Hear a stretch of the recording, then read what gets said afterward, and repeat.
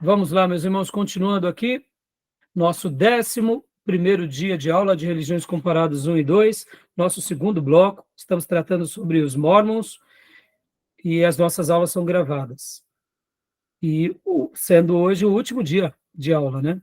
Então vamos lá, continuando aqui falando ainda sobre a doutrina dos Mormons, e agora a gente está fazendo aquele contrapeso, mostrando o que eles pensam sobre as doutrinas fundamentais sobre Deus.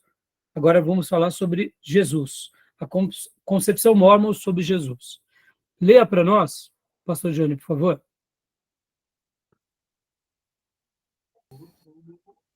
Leio sim. Ao se averiguarmos o que os mormons dizem a respeito de Jesus, logo verificamos que não é o Jesus Cristo das Escrituras. Para os mormons, Cristo não foi gerado pelo Espírito Santo. Ampliando o entendimento de como os mormons entendem a pessoa bendita de Jesus, Joseph Smith declarou: dentre os filhos espirituais de Elohim, o primogênito é Jeová, ou Jesus Cristo, de quem todos os demais são irmãos menores. O segundo filho desse relacionamento é Lúcifer, e assim os mormons não têm o menor constrangimento em dizer que Jesus e Lúcifer são irmãos espirituais. Para todos os mormons, sem exceção, Deus Pai é Pai de Jesus Cristo, tanto no espírito como na carne. Nosso Salvador é o primogênito no espírito, o unigênito na carne. Para concluir, segundo os teólogos mormons, Jesus não é Deus, mas era um Deus antes de nascer neste mundo. Então, meus irmãos, palavras como essa nos deixam boquiabertos, porque quando a gente vê, e o professor Paulo Pescador mostra todas as fontes aqui, tá bom? Quando nós pensamos que é uma religião cristã, né? Igreja Jesus Cristo dos santos dos últimos dias, eles acabam inferiorizando a Jesus, alterando a pessoa de Deus, e nós ficamos assim boquiabertos como podem existir pessoas que dizem seguir a Jesus lá, naquele lugar, né? É uma pena, porque contraria, como o próprio Paulo Pescador disse, contraria os ensinos bíblicos mais triviais. O próprio catolicismo romano e o ortodoxo grego não praticam essas falácias e nem seguem essas heresias. Então é uma pena, né? No nosso intervalo, o Júnior fez citação de uma profecia e de uma visão de Joseph Smith, não foi, Júnior? Sim. Qual era a parte mesmo, Júnior? É a 106, né? 103, né? Isso, inclusive eu vou até compartilhar aqui Página com 103, os irmãos, capítulo 3. no nosso livro-texto, mas o meu está em Kindle, né? Os habitantes da Lua. É essa parte, né, Júnior? Isso aí. Isso. Lê para nós, Júnior, olha só. Só fazendo aqui um adendo para ver como eles vão longe nas suas leituras, nas suas revelações, nas suas heresias, né? Pode ler, Júnior. Os habitantes da Lua. Mais uma vez, o Joseph Smith viajou aí na maionese. Smith predisse que os habitantes da Lua têm tamanho mais uniforme que os habitantes da Terra. Tem cerca de 1,83 m de altura. Veste-se muito à moda dos Quakers. E seu estilo é muito geral, com quase um só tipo de moda. Tem vida longa, chegando geralmente a quase 1000 anos. Revista de Oliver B. Huntington, volume 2, página 166. Evidentemente, Smith jamais sonhara que algum dia o homem chegaria à Lua e verificaria que lá não há nenhum tipo de vida. Ou seja, ele fez uma profecia, uma revelação, mostrando espiritualidade de uma coisa em que ele não imaginava que um dia o homem chegaria lá. Vocês vão se lembrar de Júlio Verne? Inclusive, eu tenho até uma obra aqui de Júlio Verne. Aqui. 20 mil léguas submarinas. Né? Não sei se vocês estão vendo, vou até parar a publicação aqui, só para vocês verem. 20 mil léguas submarinas. Jules Verne, ele também falava Viagem ao Centro da Terra, outra Exatamente. obra é O Homem Chegando à Lua. Ficção, Nos né? dias de Verne, isso tudo, Atlântida, isso tudo, irmãos, eram ficções, claro que desejadas, mas os cientistas dos dias antigos, eles olhavam isso e falavam, não, isso é impossível. Isso é impossível. Mesmo com toda a ciência, mesmo com todo o conhecimento dos astros, sabendo que, né, a nossa galáxia é heliocêntrica, que nesses dias já se dominava isso, até muito antes disso, mas mesmo assim, é que nem hoje, né? Hoje nós temos certas tecnologias, outras estão muito distantes de nós, até que alguém descubra algo. Mas você vê, o que não é um enredo, uma narrativa, uma profecia, como eu dizia há pouco no intervalo, quando o pastor Johnny até, né, como que foi mesmo a sua frase, pastor Johnny? Você disse que eles têm que... Precisa ter muita fé, né? Para crer nesse absurdo todo. Exatamente, ou seja, percebam, irmãos, o contexto dele era um contexto onde estava tendo um grande avivamento, uma explosão do crescimento de pessoas se convertendo, e aí você, naturalmente, querendo criar o seu grupo, os seus credos, você coloca visões, profecias, revelações, recebe de anjos. Quer um artifício maior do que esse de capturar essas massas? Falar da possibilidade de seres que vivem na Lua, sendo que eles vivem 1000 anos lá, mas nunca ninguém chegou daqui para lá, ninguém de lá para cá, ou seja, fica tudo muito vago. Por isso, irmãos, que toda mentira, ela é uma mentira que mais cedo ou mais tarde ela vai ser desvendada. É claro que, nesse caso, ele fazia as suas mentiras ou as suas falácias como se fosse um profeta bíblico. Outros não fizeram isso. As outras religiões têm as suas visões, têm as suas influências, e até certa medida eles são mais honestos com aquilo que eles veem. O problema de alguém que nasce no meio da igreja evangélica é que ele quer realmente ser alguém protagonista, como foram os profetas no Velho Testamento, mas ao mesmo tempo eles querem criar uma nova religião. Então, assim, percebam como tudo isso é muito perigoso, né? Tá bom? Então, sobre Jesus Cristo, tranquilo? Querem fazer mais algum comentário? Irmãos, querem fazer mais algum comentário de alguma outra coisa? Não? Sim? Eles dizem também que Cristo, ele casou-se com Marta e Maria, né, as irmãs de Lázaro, fora com Maria Madalena também, né, era polígamo também. Polígamo. Né? Então, assim, tem coisas, né? Eu não me recordo disso, viu? Aqui no livro, no No Seitas livro texto, né? Heresias. Isso, obrigado. Tem muitas informações, me perdoem também, irmãos, tem hora que são tantas religiões e tem hora que a gente não consegue lembrar quem disse o que da onde, né? Eu não me lembrava disso, tá bom? Mas vamos lá. Então vamos lá aqui para a apostila, né? Falar que Jesus era polígamo, né? Ah, sim. Para sustentar o que era A o poligamia deles, né? deles, né? Exato. Agora sobre o Espírito Santo, irmãos, vamos lá. Lê para nós, Gil. Os mormons ensinam. Por favor. Os mormons ensinam que o Espírito Santo é um homem-espírito. Entre aspas, o Espírito Santo é um personagem de espírito. Uma pessoa espírito. Um homem espírito. Uma entidade espírito. Em outro lugar, escrevem que o Espírito Santo é um terceiro membro da deidade, trindade, entre parênteses. É um espírito na forma de um homem, como personagem de espírito. O Espírito Santo tem tamanho e dimensão.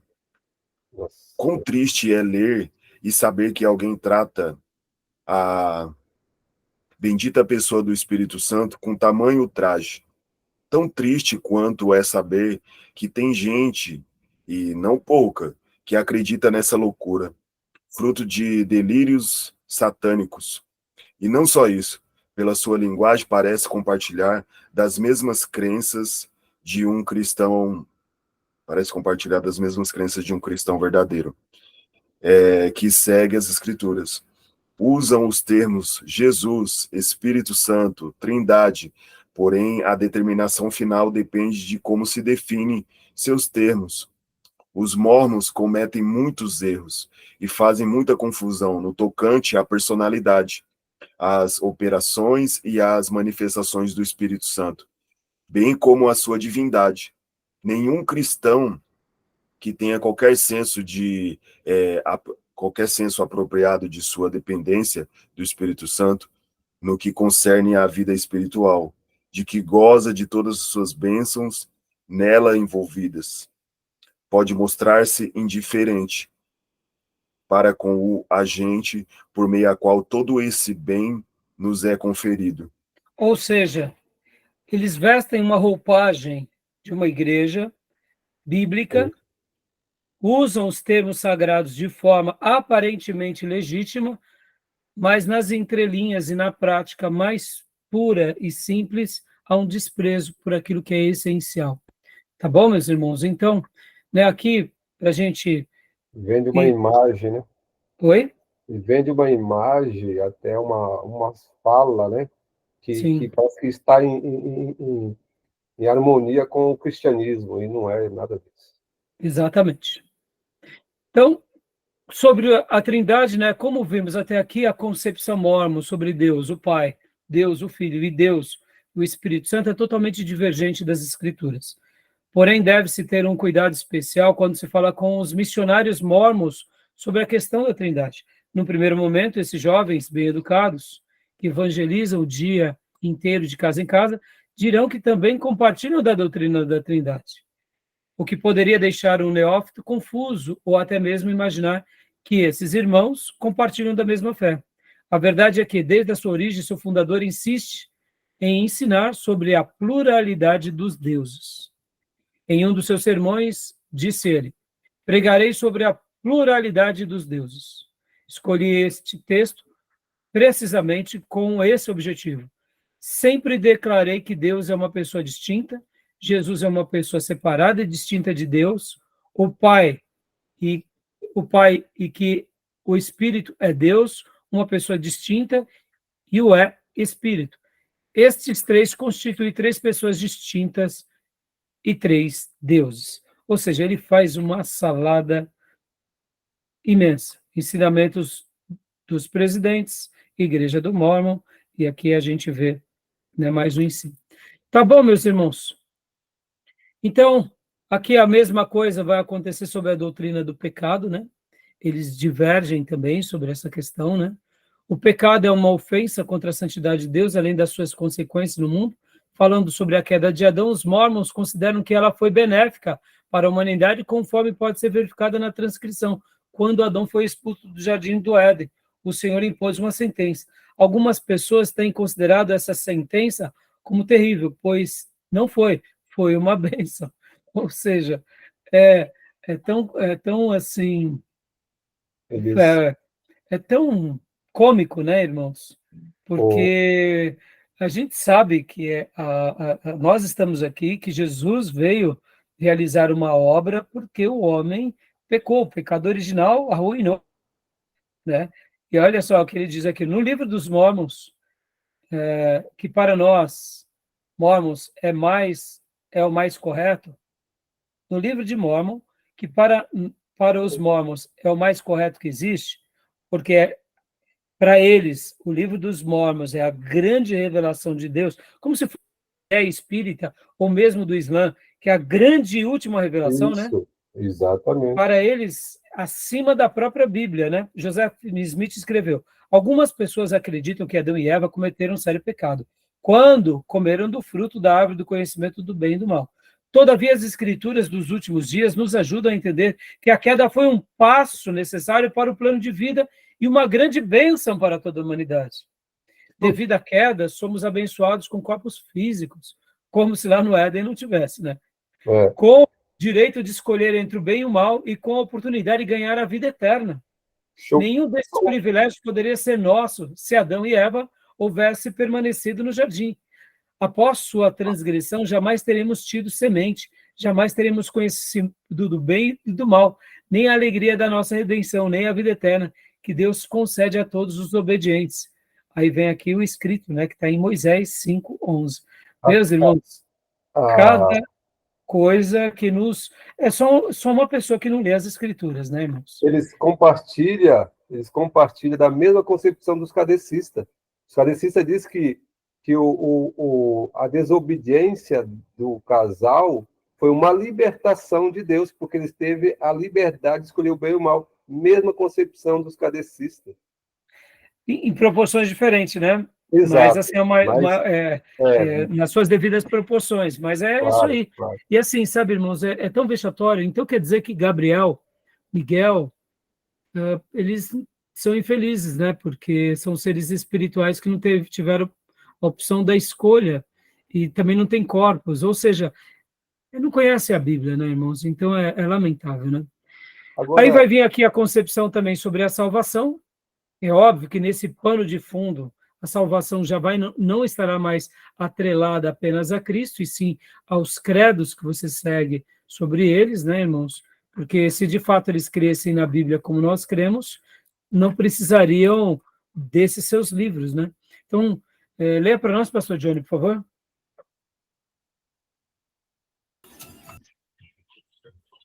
A Bíblia ensina que a salvação é pela graça, por meio da fé, independentemente das obras da lei, como disse o apóstolo Paulo aos Efésios. Porque pela graça sois salvos, por meio da fé, e isso não vem de vós, é dom de Deus. Não vem das obras para que ninguém se glorie. Efésios 2, do 8 ao 9. Somos também justificados diante de Deus pela fé, a parte, no caso, né, das obras. De modo que é a graça que salva por meio da fé, que por sua vez produz obras que dão testemunho sobre a eficácia da fé salvadora. Tiago 2. A conclusão que se obtém é que há dois meios de buscar a salvação, um falso e outro verdadeiro. A maneira de Deus, pela graça, a única e verdadeira forma de obtenção da salvação, ou a maneira do homem, pelas obras, falsa. Os mormons seguem o caminho dos homens.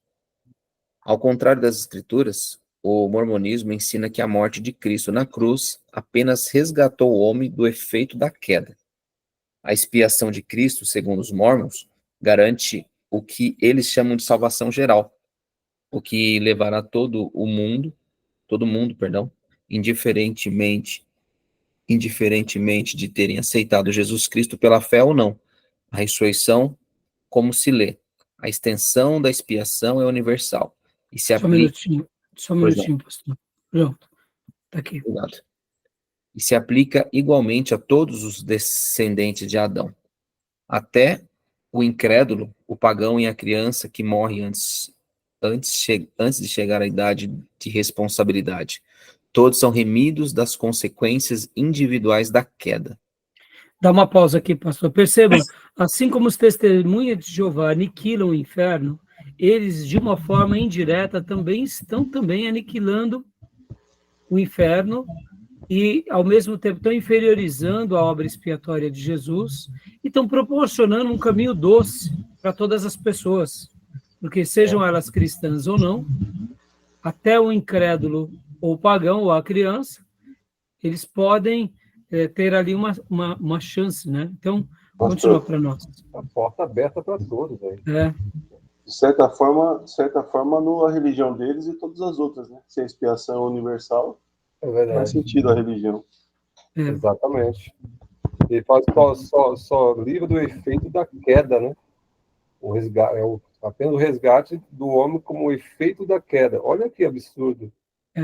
E essa frase é bem interessante, né, irmãos? Ó, a extensão da expiação é universal e se aplica igualmente a todos os descendentes de Adão, ou seja, está todo mundo salvo. Exatamente.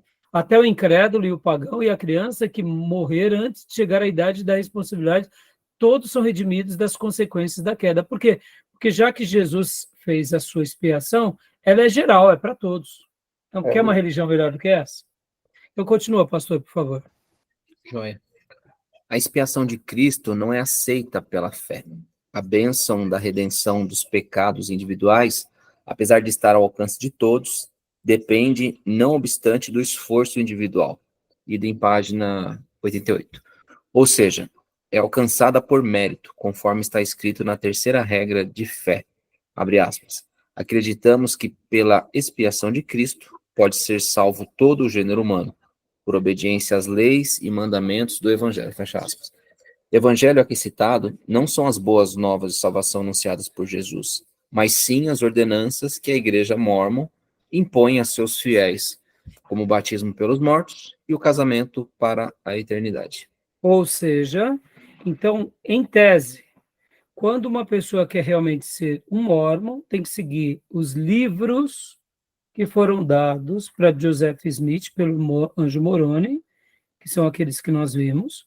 Seguindo aqueles livros, naturalmente, você segue as ordenanças da igreja, você faz os batismos pelos mortos e a ideia do casamento para a eternidade. Dessa forma, você está salvo. Mas está salvo na perspectiva deles, para quê? Para renascer como um Jesus numa outra terra, para ser um Deus um dia.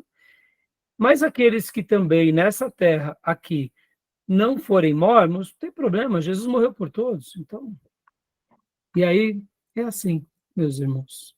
Vocês veem como é perigoso, né? Ó, olha só que eu gostei muito dessa conclusão do professor Paulo Pescador. Dentre as seitas classificadas como pseudo-cristãs, o mormonismo certamente é a mais terrível. Basta comparar o que está escrito na capa do livro Mórmon, outro testemunho de Jesus Cristo, com o alerta deixado pelo apóstolo Paulo a todos os verdadeiros crentes, né? Mas ainda que nós mesmos, ou um anjo do céu, vos pregasse outro evangelho, além do que já vos pregamos, seja nada. Como antes temos dito, assim agora novamente o digo. Se alguém vos pregar outro evangelho, além do que já recebeste, seja anátema. Gálatas 8, 1 a 9. Ou seja, mesmo com essa advertência de Paulo, eles estão tão cegos como está em 2 Coríntios 4, deixa eu ler o texto. 2 Coríntios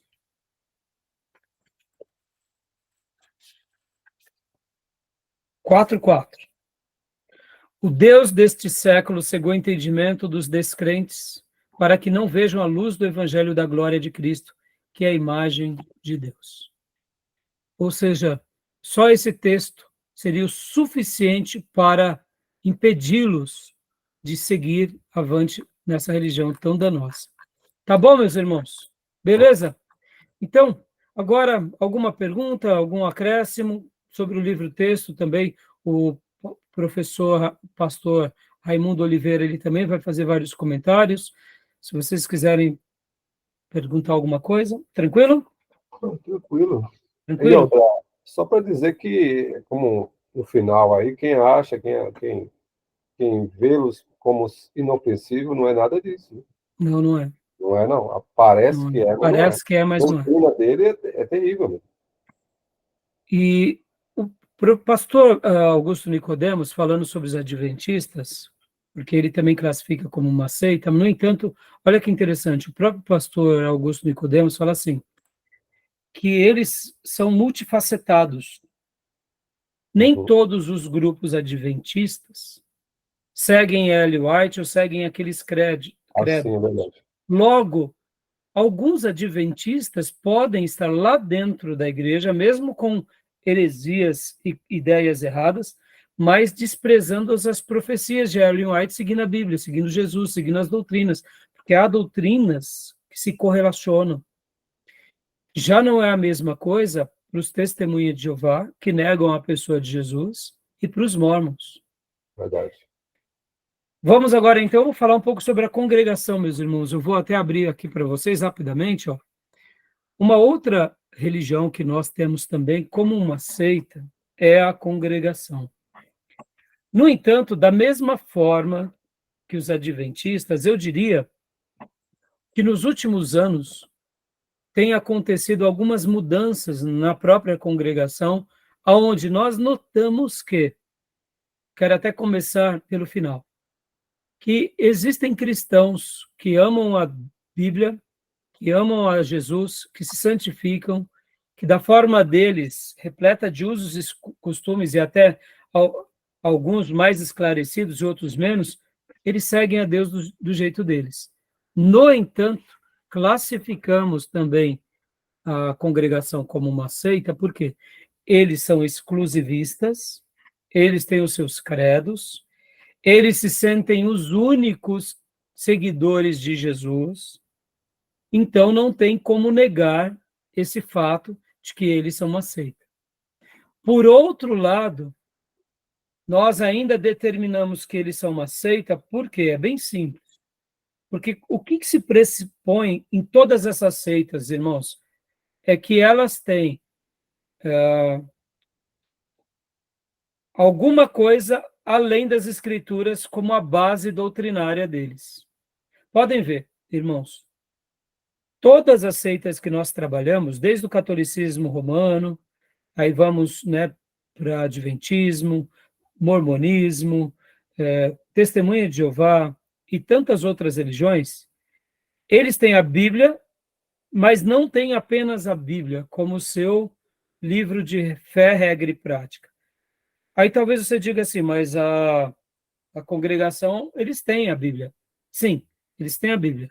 Mas, ao mesmo tempo, nos seus estatutos e na sua prática, eles acabam dando aos anciãos, e principalmente aos anciãos mais velhos, o critério de toda orientação. Ou seja,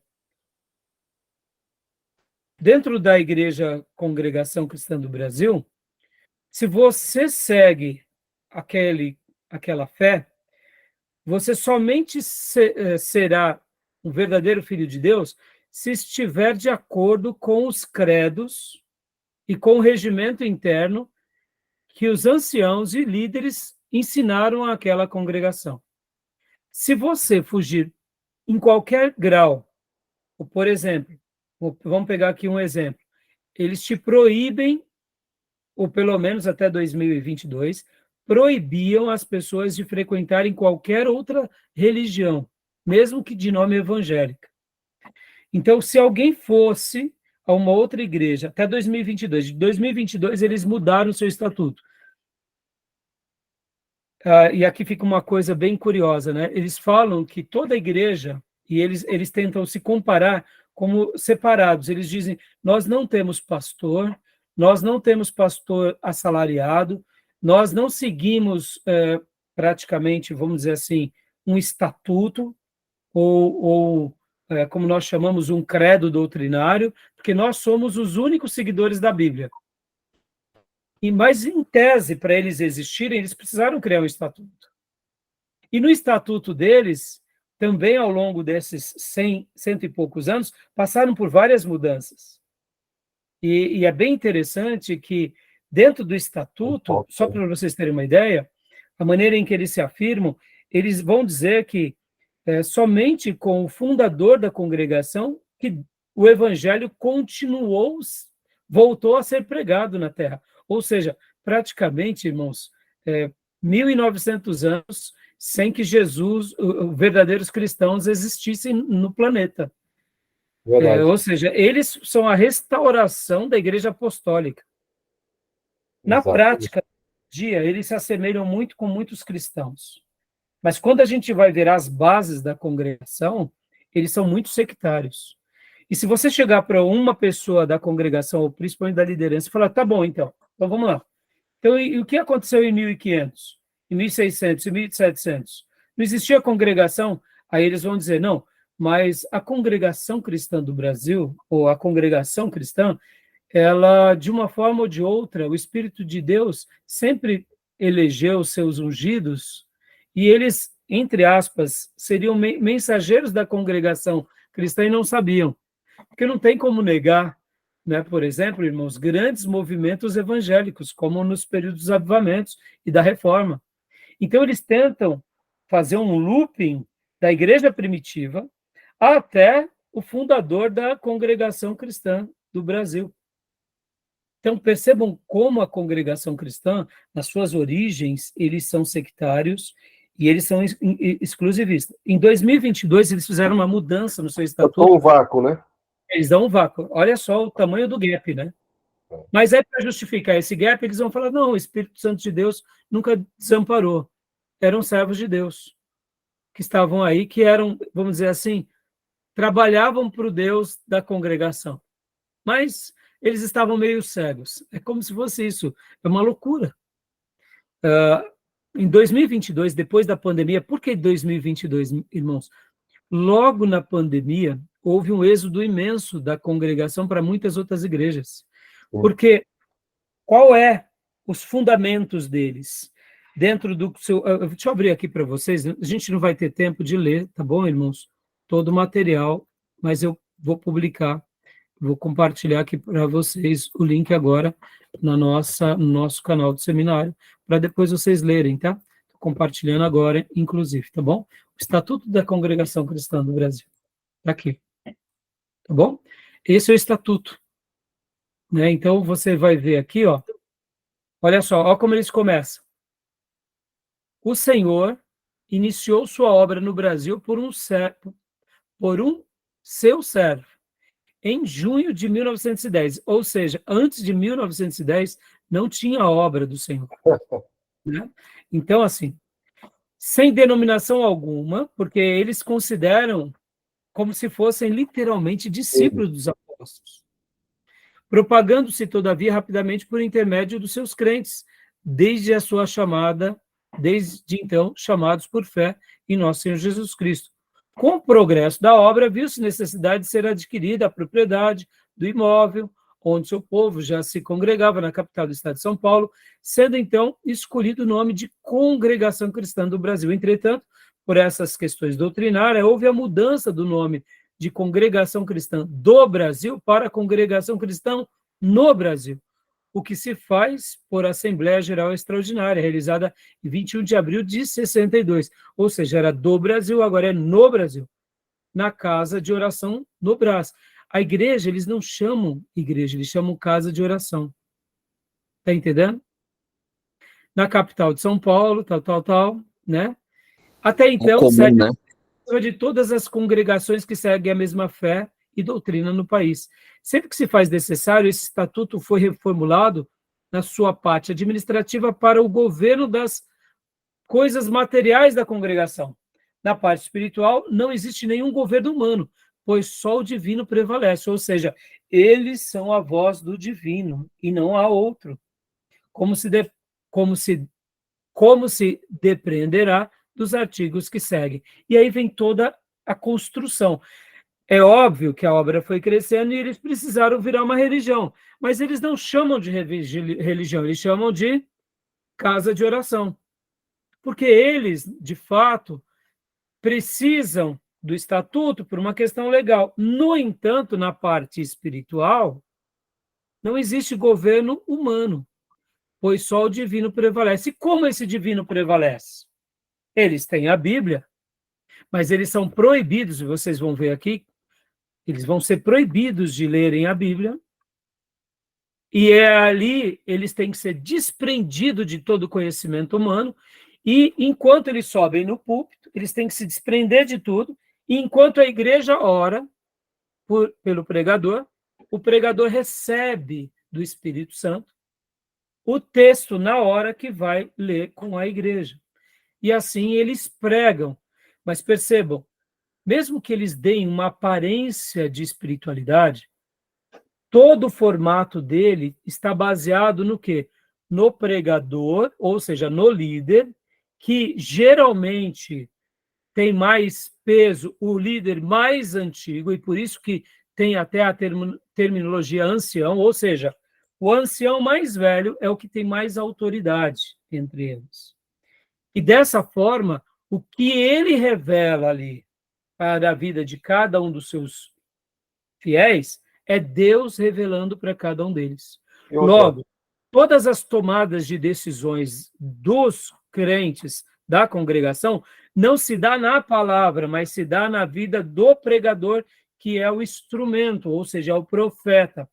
Por isso que a interação presencial sempre foi forte, mas com o advento da pandemia, eles não tinham transmissão, eles não tinham culto online, e eles precisaram fazer isso. Por quê? Porque os seus fiéis, que na grande maioria pessoas da terceira idade, ficaram sem ser assistidos e foram cultuar em outros lugares que estava tendo culto online.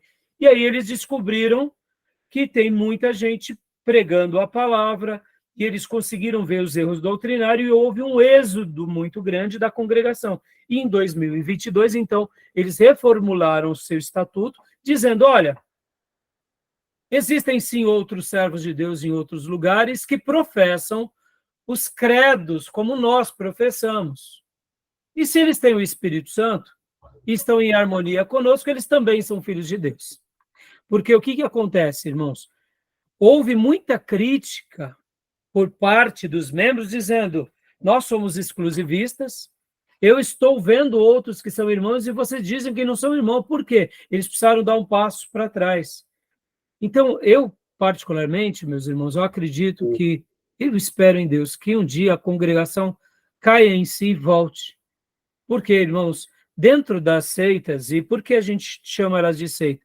Não é porque nós não vemos, e como eu disse na abertura do assunto sobre eles, tem pessoas que lá vão crer na Bíblia Sagrada, vão crer em Jesus, vão fugir do mundo, vão se santificar e vão buscar uma vida piedosa. Mas, infelizmente, todos os panos de fundos que os envolvem e as doutrinas, segundo eles, que não são doutrinas, são os usos e costumes, as regras, acabam atrapalhando a grande maioria deles. Por exemplo, a questão do véu, a questão das proibições, a questão de você tem que estar debaixo de uma autoridade, e se você fizer alguma coisa contra eles, você está indo contra Deus. Você não pode questionar a palavra do profeta, muito menos do ancião, porque você está questionando Deus. Então, eles acabam sendo muito opressivos. Então, depois, com mais tempo, leiam, né, todo o estatuto, e vocês vão ver, olha aqui, ó, no capítulo 3, eles falam anciães. Eles trabalham como anciãos e anciãs. E aí eles vão mostrar que esses anciães são pessoas ungidas por eles e levantadas por Deus para a condução do trabalho. Os cooperadores são aqueles que cooperam nos trabalhos. Então, eles vão dar ordens, por exemplo, vocês, os homens, têm que usar terno. Se você toca na orquestra, não pode ter barba. As mulheres são obrigadas a usarem o véu.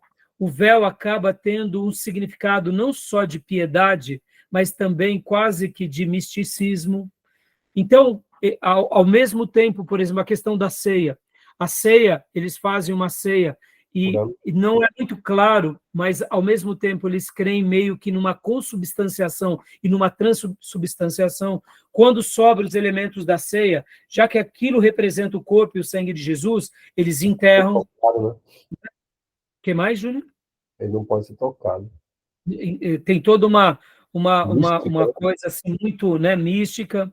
E aí, meus irmãos, eles mostram muito que, por exemplo, né, eles tentam se emancipar de nós, no sentido assim, nós não temos pastores, porque todos esses outros são instituições humanas, pagãs, ou que se desviaram da verdade.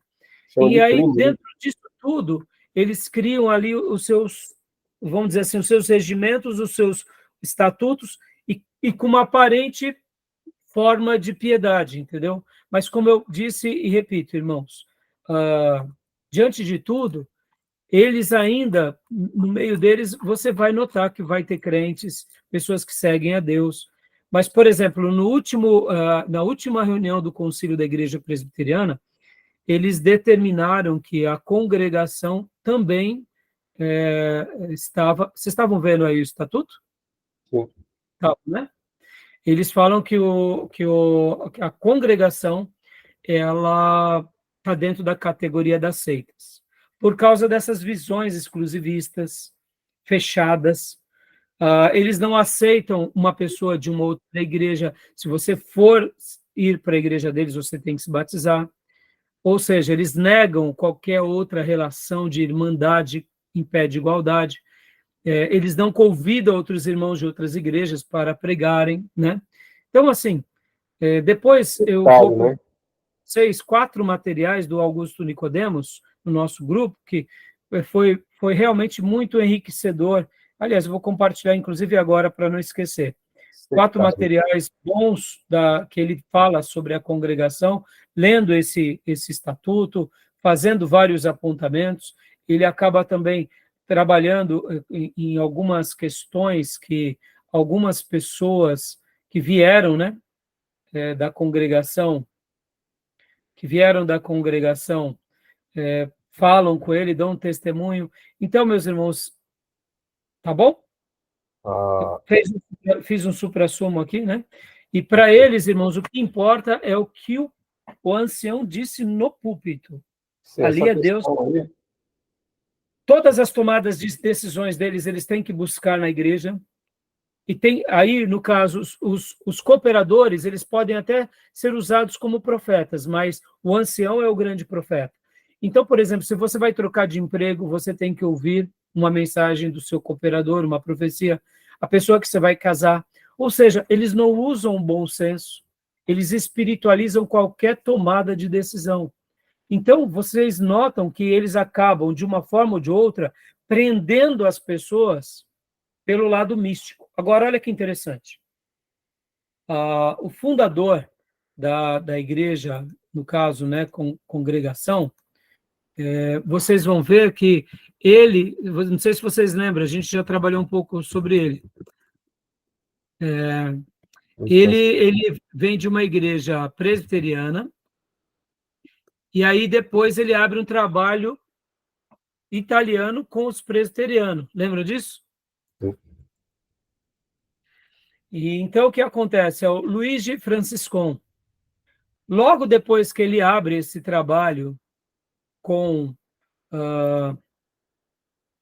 lá nos Estados Unidos, né, com um grupo de italiano entre os presbiterianos, logo depois ele tem aquelas influências dos grandes avivalistas americanos, principalmente do movimento pentecostal que nasce na Rua Azusa. E ali ele é batizado pelo Espírito Santo, e aí é quando ele vem para o Brasil. E aí é onde começa o trabalho, né, no Brasil, e é dali que nasce, não no primeiro momento a Congregação Cristã do Brasil, mas nasce o grupo, né, e depois que se torna a Congregação Cristã do Brasil. Mas o movimento pentecostal dá uma influência enorme na visão de mundo religioso para eles. Tanto é que o falar em línguas é importante. Outra coisa, para eles também essa questão é uma questão importantíssima. Se a pessoa não fala em línguas, não teve uma experiência do batismo com o Espírito Santo, ele não tem, vamos dizer assim, né? Eles acabam não sendo ministros importantes no colegiado. Né? Tem o tempo como sagrado também. Como? O tempo como sagrado. Ah, sim, sim, claro.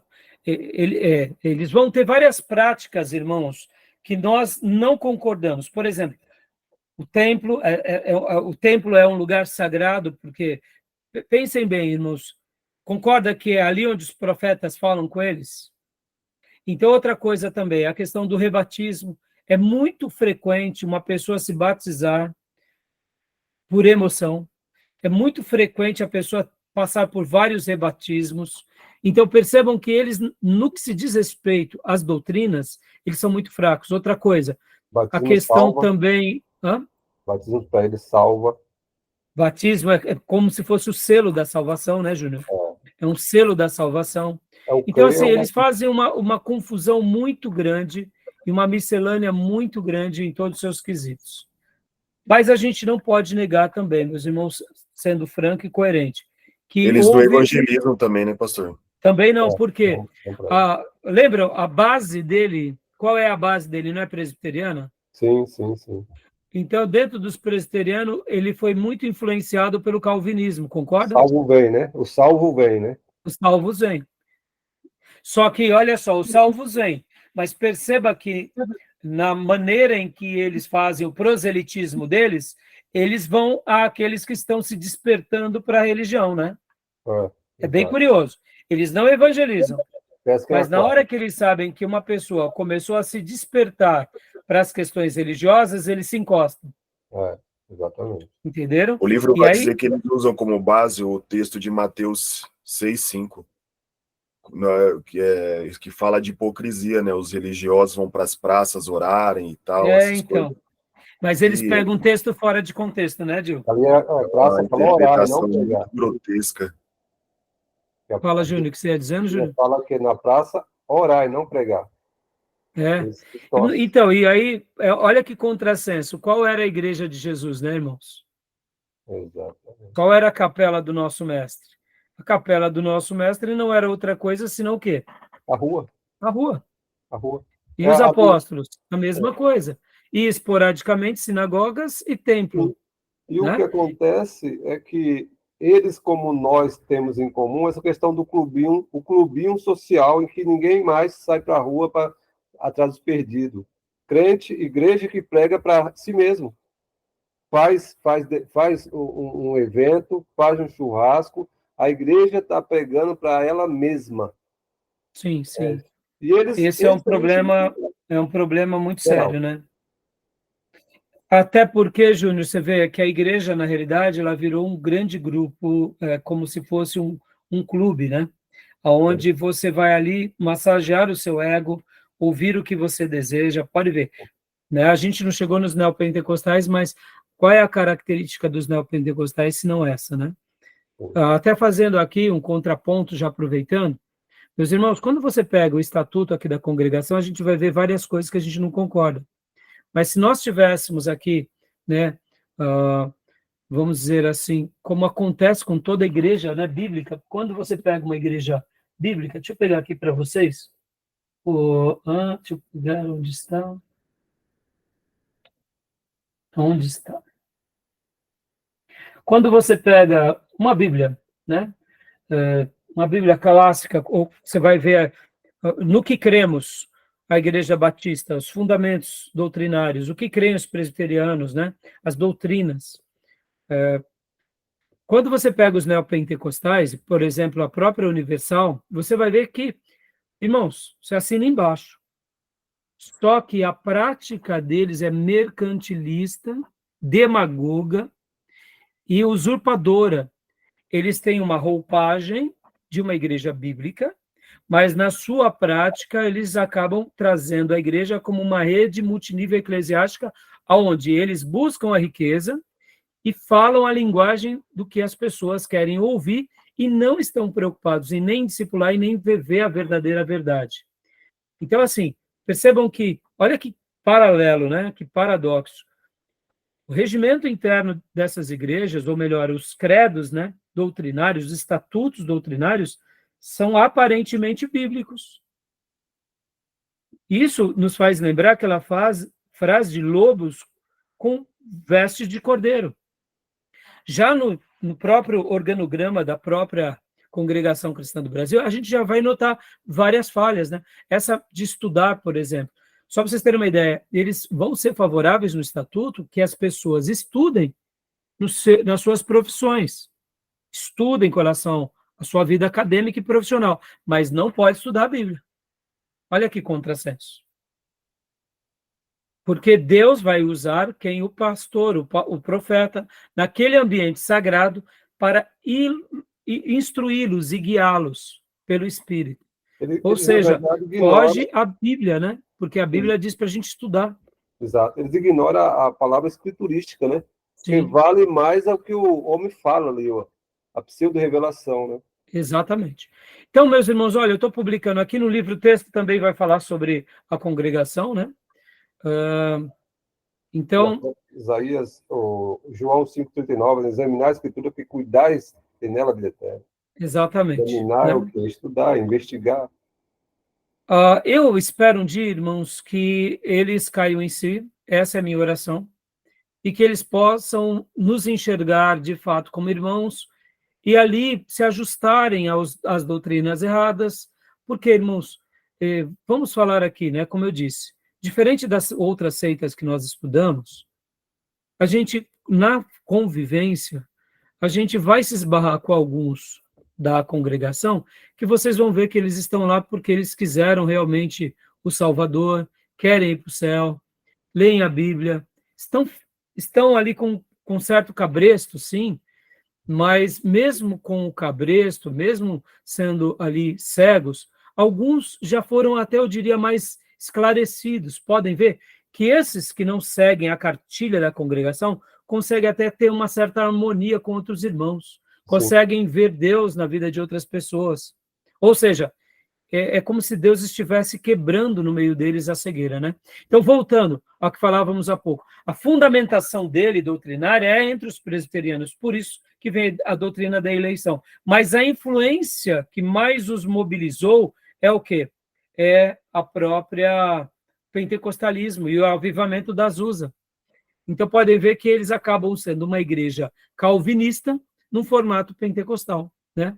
Sim. E aí vem o nosso querido irmão no livro-texto, ele vai trazer todos os aspectos. Tá bom, meus irmãos? Só Podem... uma curiosidade, o pastor Marco Laconato falou que no período que você falou aí da pandemia, que teve esse êxodo aí, conta de ir para a rede social, ele falou que da igreja dele teve mais ou menos 20 irmãos da congregação que foi para lá. Sim. E foi todos convertidos, porque eles não conheciam, eles achavam que a graça era a igreja, e não Sim. o evangelho de Cristo. Eles, inclusive, esse termo, a graça, para eles, está na igreja deles. A igreja deles. Fora da igreja deles não está. Por isso que eles são classificados como seitas, irmãos. Entendeu? E o Supremo Concílio, eu concordo com quase tudo que o Supremo Concílio decidiu na última reunião. Porque o que acontece? A questão do dízimo, irmãos, eles fazem todos os termos, quase como se fosse dízimos, mas eles tiram o termo dízimo, eles trabalham com oferta. O ancião, eles ignoram a questão pastoral, mas o ancião é o pastor, ou seja, eles criam uma nova roupagem. Eles criam uma nova roupagem para dizer que eles são diferentes, entendeu? Então, nomenclatura, né? Só muda a nomenclatura, mas é aquela nomenclatura baseada na cegueira religiosa que querem mostrar que eles são melhores, né, do que os demais. Tem a questão do ósculo santo, né, que eles se cumprimentam com um beijo, etc. e tal. Tá bom, meus irmãos? Alguma dúvida mais sobre eles? Algum comentário? Essa mudança do Estatuto de 2022, houve alguma mudança assim que melhorou ou não? Então, melhorou porque anteriormente eles eram contundentes de dizer que quem fosse para outra igreja deveria ser repreendido com muita severidade. Se continuasse, ele praticamente estaria sendo alguém que estava se rebelando à verdadeira igreja do Deus vivo, né, no caso. E nessa reformulação, foi como se eles colocassem assim, existem sim outros irmãos em outros lugares que seguem o Espírito Santo, como nós aprendemos. Então, não podemos negar que existem filhos de Deus em outros lugares, mas nós... E aí, então, eles fazem tipo uma meia-culpa, mas agora já não pesa tanta mão, mostrando essa exclusividade absoluta. Eu quero acreditar, meus irmãos, que é por isso, você vê, irmãos, mesmo que eles tenham, né, uma sinergia, e aqui, vamos lá, vamos falar uma outra coisa aqui, quando eles se unem para fazer as coisas deles, eles têm, eu acho que ninguém tem tanta identidade quanto eles. Claro. Mas tudo isso está debaixo de um cabresto, tudo está debaixo de uma opinião religiosa, onde mistura espiritualidade com Bíblia, e então eles acabam seguindo tudo isso meio que cegos. Mas eu quero acreditar que Deus pode mudar o coração deles nesse sentido, fazendo com que eles abram os olhos, entendam que Deus está trabalhando, porque, sejamos honestos, irmãos, se eles continuarem seguindo esses princípios, eles vão perder muito, porque não tem como você voltar atrás. Depois que as pessoas são esclarecidas, elas acabam vendo um outro lado que elas não enxergavam. Vou dar um exemplo para vocês. Porque eu sempre tive assim, um certo apreço por alguns irmãos da congregação. Porque lá no pregão, haviam muitos irmãos da congregação. E no primeiro momento, eles eram uma panela fechada, mas depois, eles vendo a maioria dos outros irmãos que não eram da congregação viver Cristo, eles começaram a se abrir e respeitar esses outros irmãos. Só para vocês terem uma ideia, lá no Pregão, nós tínhamos um grupo chamado Igrejinha da Bolsa. O que era a Igrejinha da Bolsa? Eram os irmãos que se reuniam para compartilhar a fé, testemunhos, orações, pedidos. Porque lá no Pregão, como ele era um lugar onde fazíamos as negociações, então ficavam várias rodas. Então, naturalmente, você acaba ficando mais num lugar.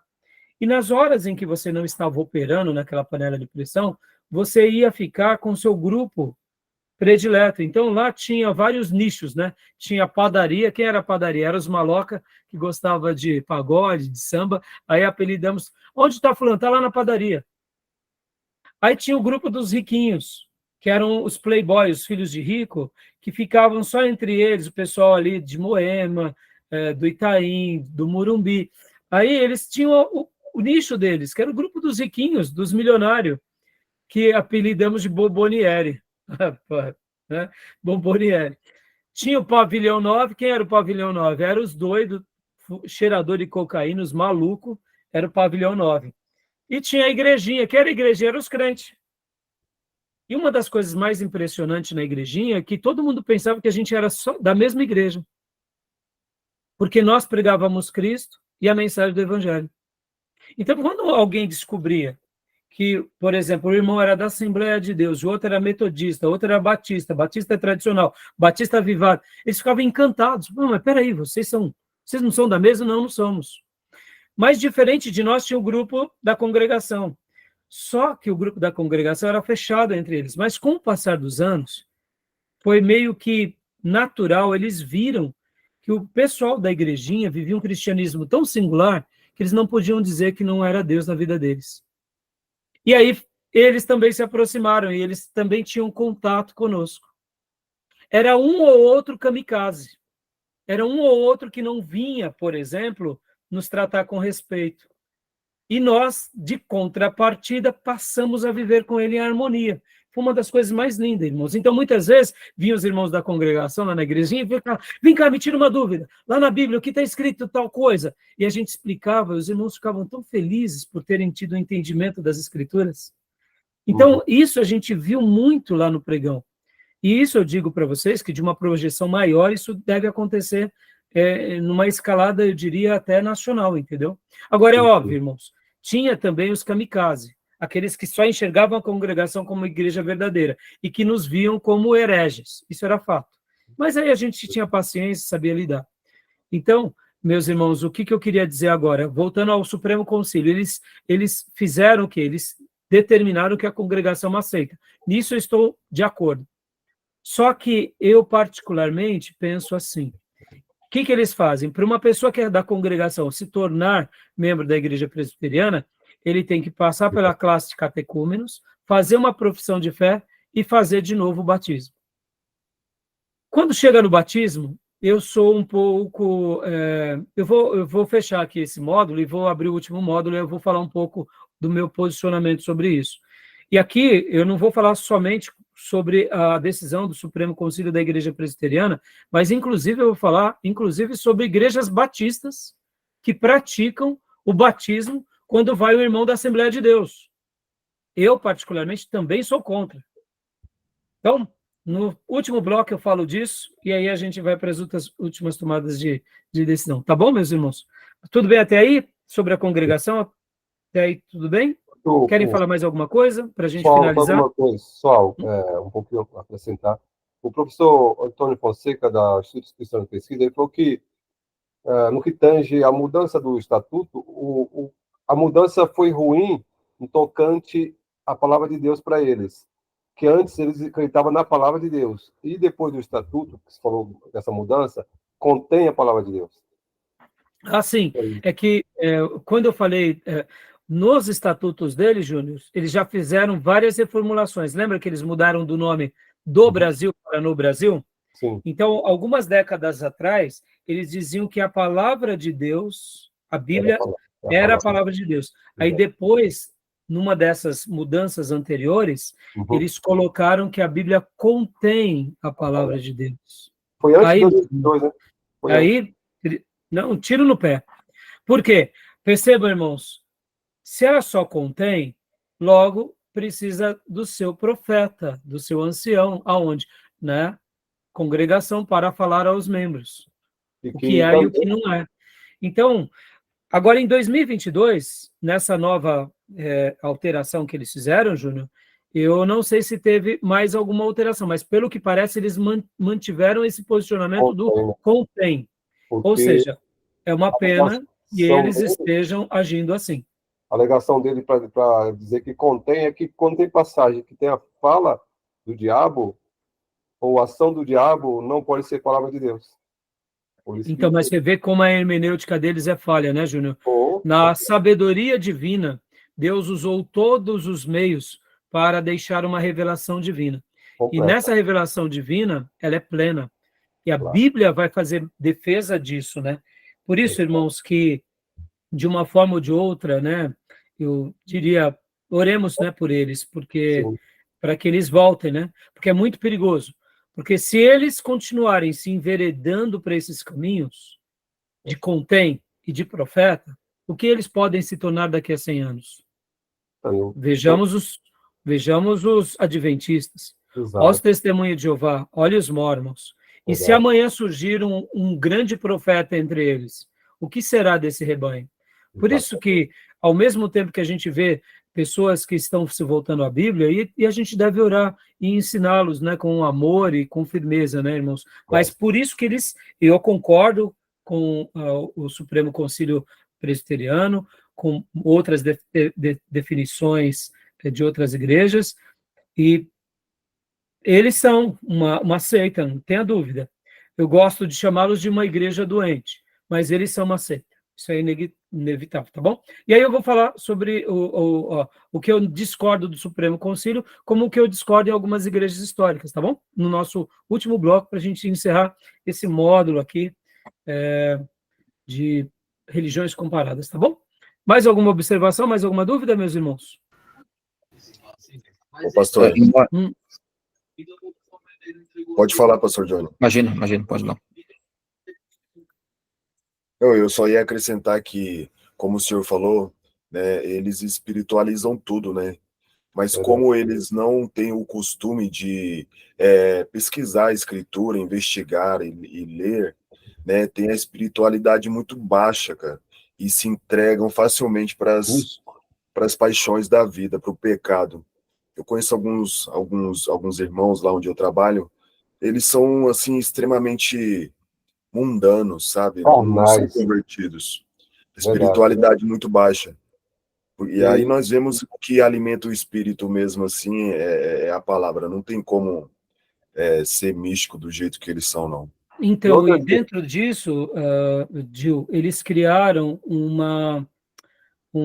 e dentro disso eles criaram uma defesa que seria o seguinte: já que Deus é aquele que chama, por causa da eleição predestinação, eu não tenho que corrigir o irmão, porque é a obra que Deus fará na vida do irmão. Então eu deixo o irmão viver e é Deus quem vai libertar. E o irmão está se acabando no pecado e exato, não há uma correção direta, há uma correção indireta. Então uma pessoa que é da congregação, e aqui mais um ponto também, isso é um ponto de seitas, de sectários, não importa como você vive ou de que forma você vive, mas se você é da congregação, você está salvo. Então você não tem a minha crítica. Você não tem a minha repulsa. Você tem a minha compaixão e a minha complacência. E aí, eu vou te dar uma orientaçãozinha bem doce lá, quando a gente estiver fazendo uma visita ou na igreja, mas, afinal de contas, é a obra de Deus na sua vida e você vai responder para Deus. E eu aceito todos do jeito que estão e tá bom. Ou seja, o lado mais ativo, eles desprezam. Logo, é uma questão doutrinária por causa da predestinação? Sim, mas acaba sendo também o quê? Um laço que as seitas usam, porque se eu não sou corrigido, se eu não sou excluído, se eu não sou advertido, eu vou falar mal dessa religião? Vou nada, eu vou continuar vivendo como eu quero e sou dela. Percebam, mas aí, mais uma vez, foge das escrituras, porque mesmo que nós conhecemos outras igrejas, como, por exemplo, né, a presbiteriana, que crê na predestinação, e outros grupos batistas que creem, mas eles têm uma correção ativa, porque ao mesmo tempo que Deus faz certas obras, nós temos responsabilidades e não podemos negar. Então, E aí onde entra o estudo, onde entra a correção, onde entra o desenvolver da fé, onde entra essa compreensão. postura ativa. E aí você vai pegar Pedro, Paulo, Tiago corrigindo todo mundo, né? Ao ponto de Paulo, muitas vezes, e Pedro, por exemplo, e João vai falar, olha, não fique nem com esses que se dizem ser e não são, né? Jesus mesmo vai dar terminologias para que uma pessoa que vive no pecado de forma desregrada seja considerado afastado daquele rol. Para quê? Para preservar aquela igreja. Então, nisso também ele se assemelha a uma seita. Porque Eles mesmo são, numa igreja presbiteriana, kamikaze, nas doutrinas da predestinação, eles têm uma atitude corretiva. Eles não deixam o negócio degringolar. sim. E outra, Dil, eles são convertidos à instituição. Eu já convivi com eles são convertidos à igreja, à instituição. Lembra disso, eles são convertidos à igreja, à instituição. É. A referência deles é a igreja. A observação que eu fiz, irmãos, do grupo lá do pregão, não é uma coisa que a gente deve levar em ipsis literis, foi uma realidade. Eu conheço outras pessoas que realmente elas são totalmente convertidas à religião, mas eu não posso negar pessoas que são realmente convertidas a Cristo, né? E assim, diante disso, a gente nota essas duas realidades. Qual é o grande problema, irmãos, de você estar num lugar onde tenha ensinos de homens, que mais cedo ou mais tarde alguma dessas coisas vai te influenciar? Se numa igreja bíblica, escriturística, a gente já sofre bastante contra o mundo, contra a nossa carne para viver a verdade, imagina onde você tem ensinos de homens. Por isso que essas pessoas acabam se perdendo, né? E por isso que a gente é contra isso, né? Tá bom? Beleza, meus irmãos? Algum comentário? Não. Joia. Então, vou fechar aqui para a gente ir para o último bloco.